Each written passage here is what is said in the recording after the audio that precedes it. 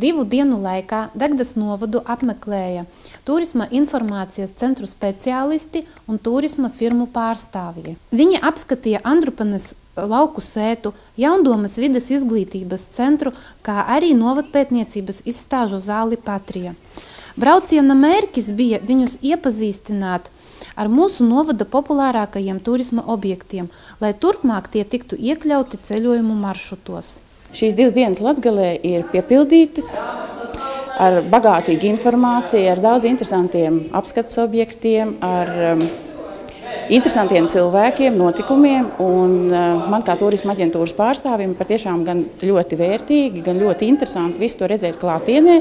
jo tas palīdzēs mums tālāk strādāt pie maršrutu sagatavošanas, piedāvāt to saviem ceļotājiem, pārstāvam turisma aģentūru, skaisto skatu aģentūru, kas strādā vietējā turisma jomā un ceļojam pa Latviju, un katra šāda infotūra vai šāds iepazīšanās brauciens ir lielisks ieguldījums mūsu kopējā darbā, jo to, ko sagatavo vietējie uzņēmēji, vietējās iniciatīvas grupas, noteikti ir vērts parādīt ceļotājiem,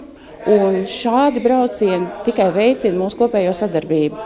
Pasākums ir lieliski organizēts, ir ļoti pārdomāts par daudzveidīgu un dažādu objektu apsekošanu, un, manuprāt, Tas ir ļoti vērtīgi tādēļ, ka tie ceļotāji, kas ieradīsies Latgalē vai pirmoreiz vai atkārtoti, būs noteikti patīkami pārsteigti par jaunām sakārtotām vietām, par jaunām viesumājām, par šiem vietējās identitātes produktiem, kur tiešām raksturo Latgali kā aktīvu, attīstītu un gribošu un darīt varošu reģionu. Un tas ir pats galvenais, jo tādā veidā mūsu Latvija kļūst sakoptāka, interesantāka un nenoliedzami bagātāka.